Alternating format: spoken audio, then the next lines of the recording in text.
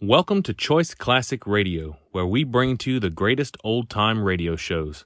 Like us on Facebook, subscribe to us on YouTube, and thank you for donating at choiceclassicradio.com.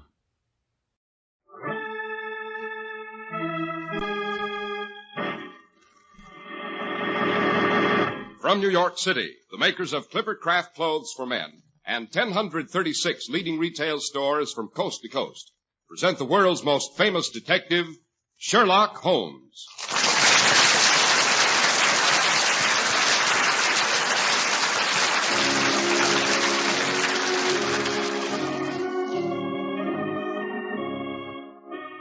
This week's adventure, the case of the Everblooming roses.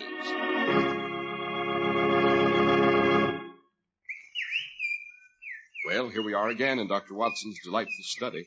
Just outside the open window, a black-winged pinobler is singing his evensong from a branch thick with blossom. We would say it is heavy with May, Mr. Harris. It's the charming custom in England to refer to all the lovely flowering that bursts into bloom at this time as the May. Of course, I never thought of it, Dr. Watson, but that must be where this month gets its name. Right. In the British Isles, May is also a very charming and popular feminine given name. Yes, I think I'll tell you of a particularly lovely young thing called May who narrowly escaped death, and all because of a spray of yellow roses that refused to wither. Sounds quite poetic, Dr. Watson. Macabre would be a better description, Mr. Harris. It all occurred in May. May, when nature sheds its winter garment. Yes, and nature isn't the only one to feel that urge, I gather. I was wondering how long it would take you to notice my new spring outfit. Well, you know, I noticed it the minute I came in the door. The fit, quiet authority that's achieved only with good tailoring and fine materials. No, all the talk about high prices doesn't affect you at all if you wear Clipper Craft clothes. Yes, if you wear Clipper Craft, you haven't a worry in the world about getting the most for your money. You're certain of long-wearing fabric, superb tailoring, and smart style. You've always been sure of these from Clipper Craft. But today, Clipper Craft's old-fashioned values are all the more remarkable. They're made possible by the famous Clipper Craft Plan, concentrating the buying power of 1,036 of the nation's finest stores from coast to coast, providing steady year-round operation, reducing manufacturing and distribution costs, and putting the savings in your pocket. If you've never worn Clipper Craft, we guarantee you the finest suits you've ever seen for only $40 and $47.50. Luxurious tropicals from $33.75 to $40, and handsome sport jackets at only $26.50. So join the millions who enjoy Clipper Craft clothes. Compare Clipper Craft with clothes selling for many dollars more.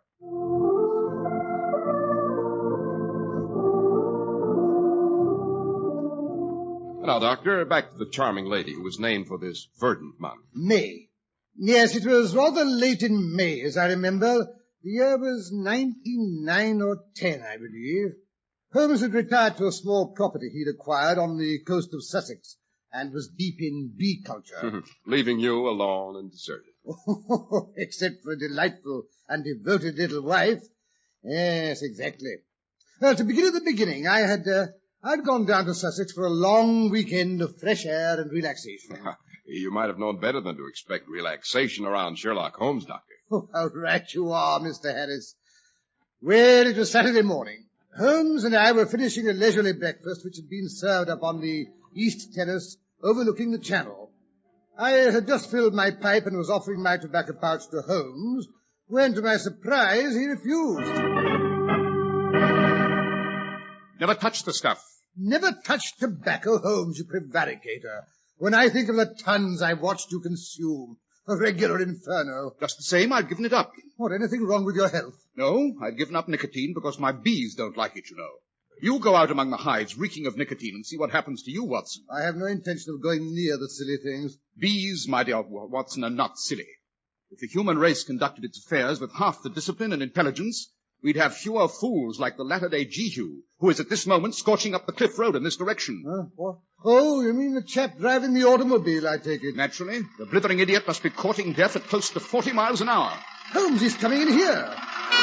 Made the turn on two wheels. It's a wonder he missed the gate post. Look at the dust he's kicking up. Well, at least he did manage to stop the juggernaut. For a moment I thought he was going right on through the kitchen. Well, this is a bit of luck. I'd hope to see Holmes, of course, but to find Watson as well... My dear fellow, the pleasure's mutual. Isn't it, Watson? Huh? You know, Holmes, I don't believe the old boy remembers me. Well, how can I tell if I remember you or not, all done up in that cap and goggles? My dear Dilly, you'll have to forgive Watson. I've never been able to teach him to recognize people by their immutable features, the shape of the ears, the set of the jaw. Dilly? Don't tell me it's old Peter Dillinghurst. Now, the Reverend Dr. Dillinghurst, rector of Basham Church, I believe. Yes, worse luck. That's what I've come to consult you about, Holmes. Things have been happening at Basham Church. Every morning, there were fresh roses on the late Lady Elfrida's tomb. And the old bell in the tower started to ring again. Well, but look here, Dillinghurst. People often place flowers on tombs, and church bells are quite frequently rung, you know. Yes, but the people didn't place the roses, Watson, and people didn't ring the bell. Matter of fact, the bell hasn't been rung for 5 years. Not since the time it was hit by lightning and badly cracked. The stairs to the bell tower were destroyed by fire at that time and never replaced. No one can reach the rope. Oh, well then, what? It's those confounded roses that are really the most disturbing phenomenon, Holmes. Basham Church is locked up. It's locked up every night after evensong. I attend to the locking up myself.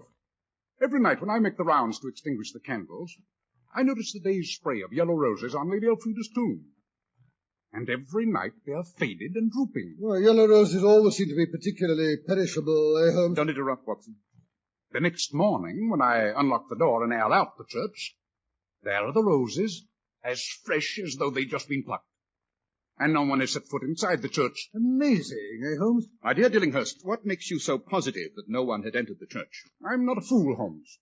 On several occasions I have scattered ashes, not only around the doors, but around Lady Elfrida's tomb as well. There's never been so much as a mouse track through them. By Jove.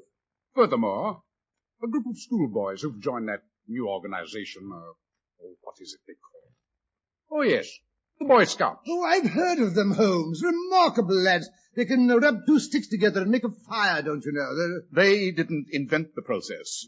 Go on, Rector. Well, as I was saying, the boys and their scoutmaster, the local librarian, volunteered to spend the night in Basham Church to see if they could find out who was responsible for the blooming roses and the ringing bell. What did they discover? Nothing, Holmes. Absolutely nothing.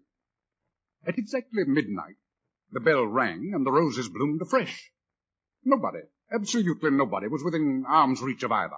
Why are you so perturbed about all this, Dilly? Because this occurrence is killing May, the present Lady Danesfield. May was the late rector's daughter, Holmes. I've known her since she was a child, and I came to Basham to act as her father's curate. May is, of course, much younger than Sir Albert, and Elfrida his first wife. In fact, I think May was always afraid of Elfrida, who was a strange, cold throwback to her Danish ancestors.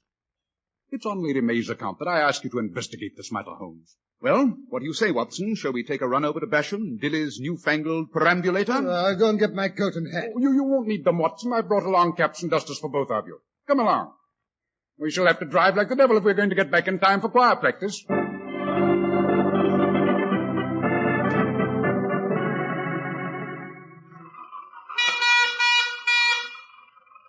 Hens. I never realized the utter imbecility of barnyard fowl until I started to drive a car. Dilly, look out! There's a boy on a bicycle. Never touched him. Oh. Tell me, Dillinghurst, first about the church bell. You say it sounds at midnight. How often has this occurred? Every night since Lady Elfrida's birthday, the day those confounded yellow roses were placed on her tomb. That's nearly 2 weeks ago. Yellow roses. Is there any significance to yellow roses? Oh, yes, Holmes. Sir Albert Danesfield's first wife, the Lady Elfrida, came from Castle Odo, which is famous for its yellow roses. When the Lady Elfrida married Sir Albert, she brought along a half-dozen of the rose bushes in the family garden to plant them. What happened to him? Hugo, that's his name, still lives at the Hall, although he must be well over 80 by now. Oh. Well, he was always particularly devoted to Elfrida. And somehow he always managed, whether the season was early or late, to have those rose bushes covered with blossoms for Lady Elfrida's birthday. And every year, after his mistress died, on her birthday he'd bring a sheaf of yellow roses to Sir Albert, who'd carry them to Basham Church and place them on her tomb. But every year up to now, the roses have withered in due course of time. Well, not every year, Holmes. That is, the Lady Elfrida's been dead over 10 years. Oh? 3 years ago, when Sir Albert decided to take a young wife, he... Well, you know how it is. He sort of neglected to keep up the custom of decorating his first wife's grave on her birthday. Thoughtless of him, eh, Holmes? Possibly. Well, this year on Elfrida's birthday, old Hugo stopped Sir Albert and his young wife as they came out to take their morning stroll in the gardens.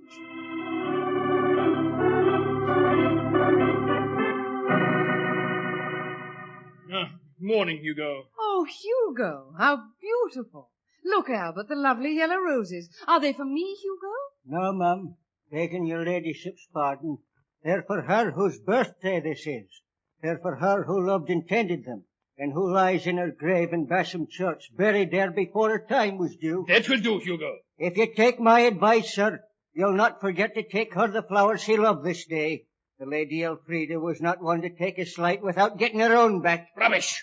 You can't bullyrag me, Hugo. Life is for the living. But we all must die sometime, Sir Albert. Give me the flowers, Hugo. I'll see they're placed on Lady Elfrida's grave. Thank you, ladyship. And may heaven protect you better than it did her. Really, May, my dear, this is a bit Oh, ridiculous. please, Albert. I'd like to put these on Elfrida's grave. They're beautiful this year, and it means so much to poor old Hugo. Are you sure that's why you're doing it, my dear? What do you mean?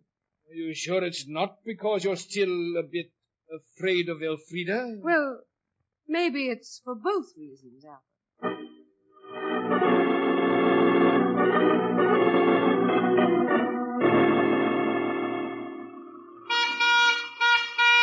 That's the second time, Dillinghurst, that you've mentioned the Lady May was afraid of her predecessor. That's not as startling as it sounds, Holmes. Oh?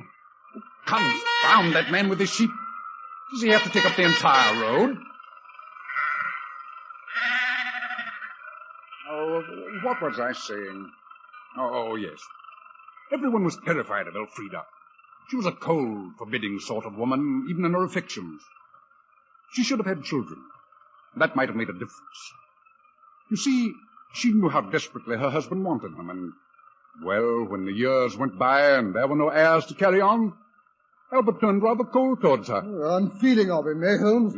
I've often suspected that Lady Elfrida's drowning in Sea Creek that runs past the hall wasn't as accidental as we were led to believe. You mean, you think it was suicide? There was no autopsy, I Oh, suppose. good Lord, no. They just pulled her out of the weeds.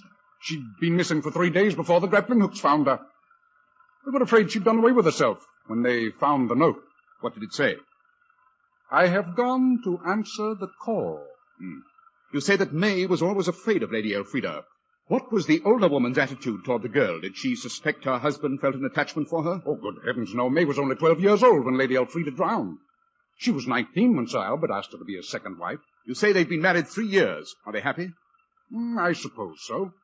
Of course, Sir Albert's disappointed again that there are no children. Maybe it wasn't entirely the Lady Elfrida's fault the first time, eh, Holmes? Don't interrupt, Watson. Then Sir Albert's family may die out with him. Don't know, Holmes. There's Robert, Albert's brother, a half-brother, as a matter of fact. He's much younger, but he's rarely at home, always off hunting big game in India, Africa, some other outlandish place. He's just returned from Canada about 6 weeks ago. How does he get on with Sir Albert's new wife? Hardly has a word to say to her. Just keeps looking at her with those strange, black, burning eyes of his. His mother was Spanish, you know. They do say he takes after her. I say, look at that magnificent sunset there, over in back of that steeple. That's the steeple of Basham Church, Watson. We're nearly home. The town begins on the other side of the railroad tracks at the foot of the next decline. Would you care to drive to the church immediately, Holmes? Oh, I say, Oh, control no. yourself, Watson. I know you're famished. Suppose we pay a visit to the local inn first, Dillinghurst, and postpone our investigation of Basham Church until the witching hour of midnight.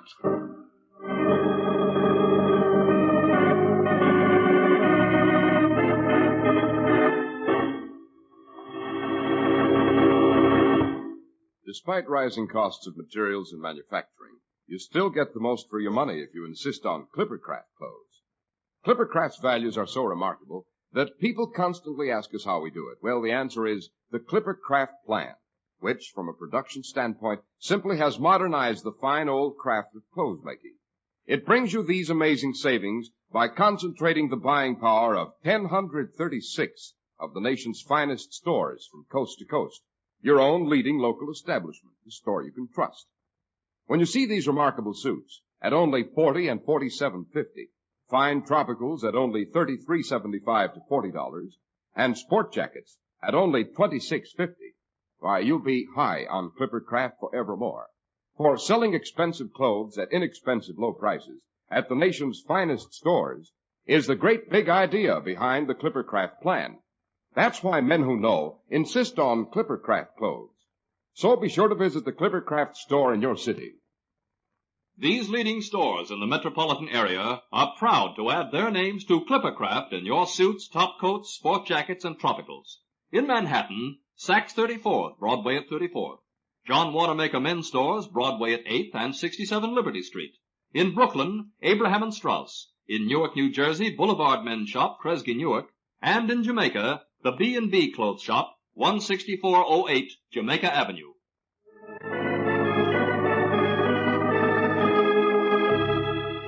And now back to Basham Churchyard. It is a few moments before midnight. The good rector, followed by two silhouettes, one tall and lank, the other rather more substantial, is picking his way through the moss-covered tombstones by the light of an old-fashioned lantern. Careful, Watson. One of the headstones has fallen over. Some of the graves are very old and their families have died out. The more important families, of course, have their tombs and vaults inside the church proper, where the local historical society cares for them. Dashed undemocratic, eh, Holmes? What difference does it make when you're dead? Now, up these steps. Just a moment till I find the key to the side door. I say, listen to the wind. Sounds like a lost soul. Here we are. I'll go first and light the way.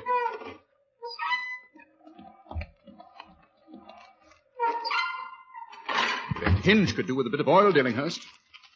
Good Lord. Phew. Something just swooped past my face. Probably a bat, Watson. Old churches are often inhabited by them. Yes, there's another hanging from that clear story up there. This way, Holmes. Say, the old place looks much bigger and gloomier from the inside, eh, Holmes? Quite. Now we're standing directly under the belfry. If you look up, you can see the bell and the rotted end of the bell cord up there, completely out of reach. He's right, Holmes. No human hand could ring that bell. Oh. Hello, I slipped on something. Yes, there seem to be quite a few pebbles here on the floor. Bits of masonry are always coming loose, I'm afraid. One of them rather ruined the postmistress' Easter bonnet. The Danesfield vault's up this way, to the left of the chancel. Basham Church is one of the oldest in all England. Here at the entrance to the choir lies the daughter of Canute, folded in her golden hair. It's still growing, they say. Every 100 years or so, they open up the tomb and cut a length of it off. I say, do you believe that? I don't know, Watson. I wasn't here at Basham at the beginning of the century.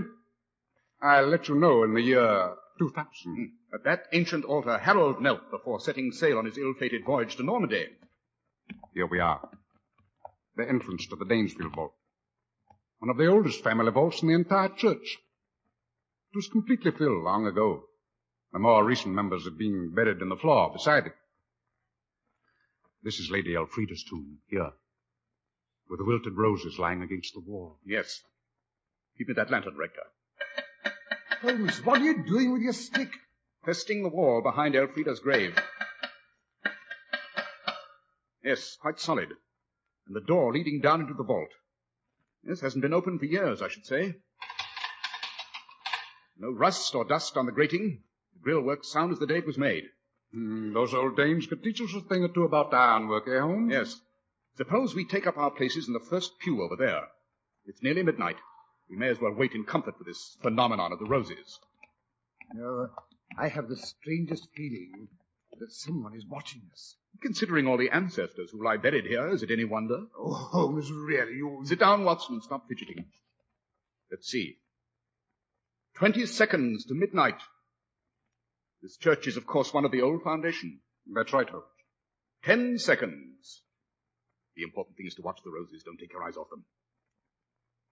5 seconds. I hope this occurs on time. 3 seconds. 2. 1. Now. Midnight exactly. Holmes, look at the roses. They're fresh. They're absolutely blooming. Why, so they are. Let's have a look at them. Did either of you take your eyes off them? Well, just for a second, perhaps, when the bell rang. I'm afraid I'm guilty of that lapse as well. Lucky I was along, assuring us of at least one person who can concentrate. Yes, these roses are as fresh as they look. Remarkable.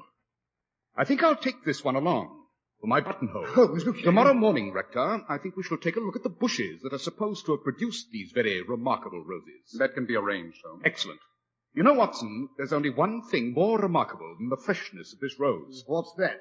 The time it chose to renew itself. But it was midnight exactly, as the rector told us. That's right, Holmes. You yourself said it was midnight by your own watch. That's what makes it so remarkable, my dear Rector.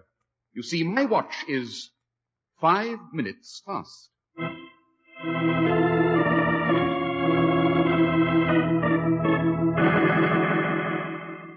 It's very good of you, Mr. Holmes, to take such an interest in our little problem of the everlasting roses, but after all, I imagine a person of your reputation has many more important crimes to investigate. It's not the importance of a case that interests me primarily, Sir Albert. The Shah of Persia might be murdered in cold blood in Trafalgar Square, and I should probably pass by without a glance. But if a well-known member of a county family should, shall we say, go about popping off his neighbor's top hats with a slingshot, I might just possibly consider that worth investigating. What a droll fellow you are, Mr. Holmes. Am I, Sir Albert? Oh, yes, here we are. These are my former wife's yellow rose bushes, Mr. Holmes. Now quite bare of blossoms, as you can see. I thought they might be. Yes, let me see. It's basically a rugosa with a later grafting of something. Yes, I rather imagine the rose these bushes produce resembles that early flowering yellow rose now called the Father Hugo. Why, yes, Mr. Holmes, that's absolutely correct. By the way, Sir Albert, you have a gardener named Hugo. Oh, yes, poor old Hugo. He's failing fast, I'm afraid. This business of the yellow roses is preying on his mind almost as much as on my wife's. My favorite rose is the Frau Druschke, which blooms about now. It's a pure white rose, as you know, and should remain so. I agree. I quite agree. People who are forever cross-breeding and grafting... Robert, are you sure? Are you sure you didn't hear it? Last night it called again, just shortly before dawn.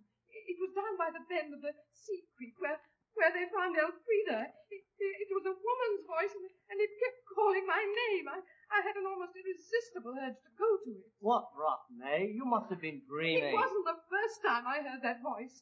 It called to me 3 nights ago. Oh, Robert, I was terrified.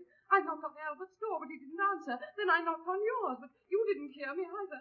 And all the time that voice kept calling to me. The men in this household must be remarkably heavy sleepers. Robert, who's that? Some confounded eavesdropper on the other side of the hedge. May, my dear, come round the hedge here a moment, and bring Robert. I want you to meet 2 distinguished guests, Mr. Sherlock Holmes and Dr. Watson, my wife and my half-brother Robert. We've come to solve the riddle of the yellow roses. Oh, no! Leave her alone. Leave her alone, all of you.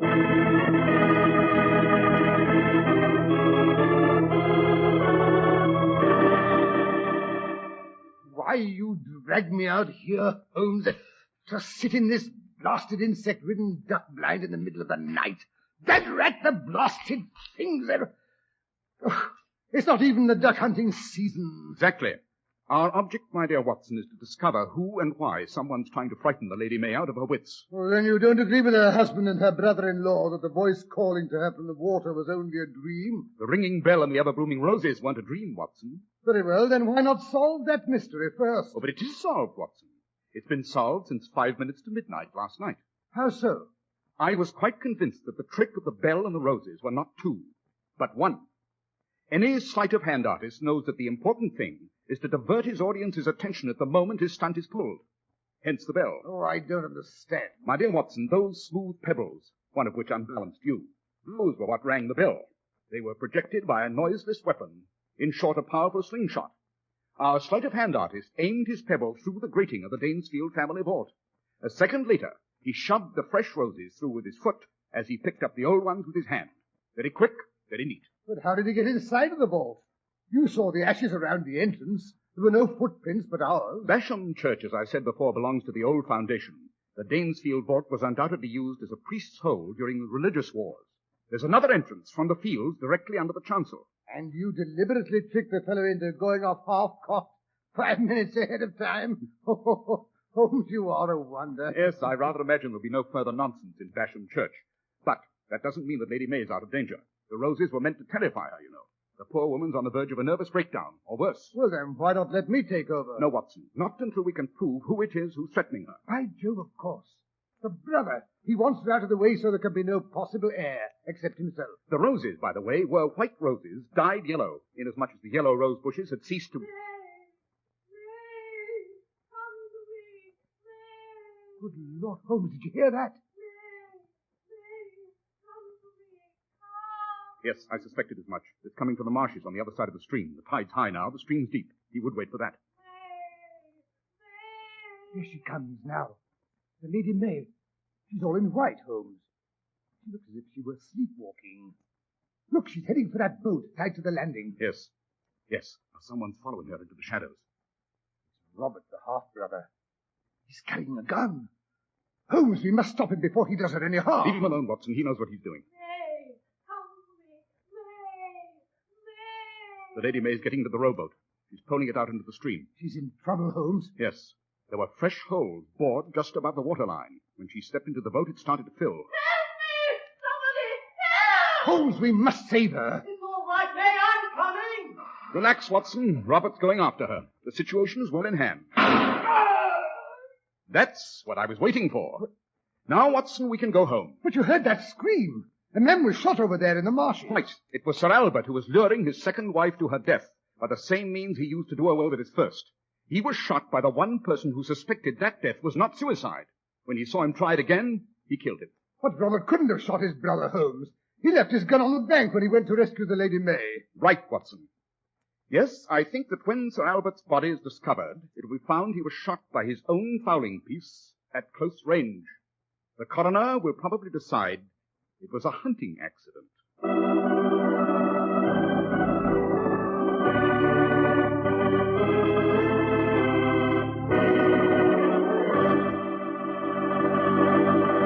Well, the Lady May was rescued, I take it, Doctor. Oh, yes, Mr. Harris. But why did her husband want to do away with her? Because she, like his first wife, had produced no sons, and because he suspected his brother had fallen in love with her. As a matter of fact, the Lady May married Sir Robert, and in due course of time they had 5 bouncing offspring, all boys. Well, good for her. But, Doctor, who did shoot Sir Albert? Well, Holmes took no interest whatever in solving that mystery. Of course, I always had my suspicions. You mean the old boy who had the same name as the Yellow Roses? Possibly, Mr. Harris, possibly. See. And now, Dr. Watson, what story are you going to tell us next week? Now, let me see. Next week, I think I'll tell how Sherlock Holmes outwitted 2 of Europe's most famous jewel thieves and confidence tricksters by beating them at their own game on the platform at Waterloo Station. Yes, the story concerns a missing parrot and a lady who played a nasty trick on me by means of her false teeth. I call it the case of the accommodating valise.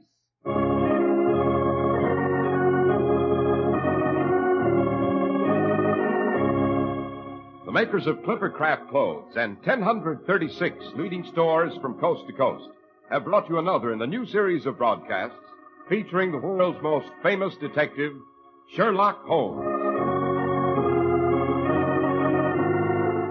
Our stories are based upon the character Sherlock Holmes, created by Sir Arthur Conan Doyle.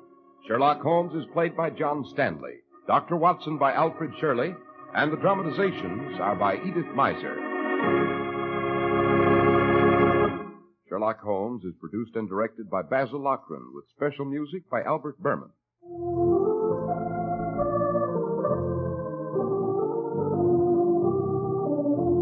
If you don't know your Clippercraft dealer, write Clippercraft, 200 Fifth Avenue, New York City.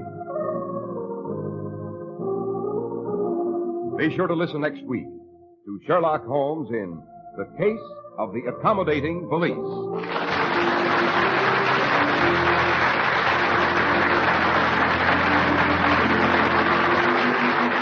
This is Cy Harris speaking for Clippercraft Clothes. This is the Mutual Broadcasting System.